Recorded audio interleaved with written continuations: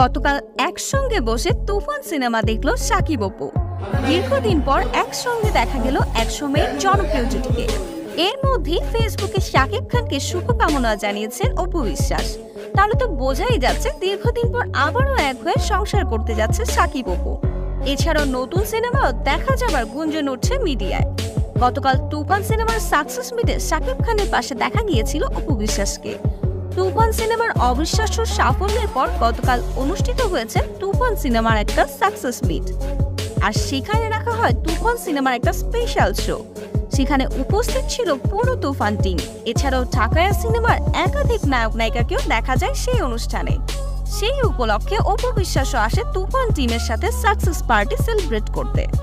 শাকিব খানের সাথে বসে সিনেমা দেখা সহ অনুষ্ঠানের বেশিরভাগ সময় অপু বিশ্বাস ছিল শাকিব খানের পাশে।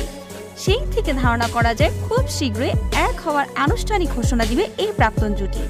তাছাড়া গতকালকে শাকিব খানকেও দেখা গেছে বেশ চিল মোডেই। তুফান টিমের সাথে কি আনন্দ উল্লাসে মেতেছিল শাকিব, যেটা এখন সবার মুখে মুখে। আর এখানে তো আরেক নায়ক আরিফিন শুভকে দেখা যায় শাকিব খানের পা ছুঁয়ে সালাম করতে, যেটা নিয়েও হচ্ছে রীতিমতো তুলপাড়। হয়তো তুফান 2 সিনেমায় আরিফিন শুভ আর শাকিব খানকেও একসাথে দেখা যাবে।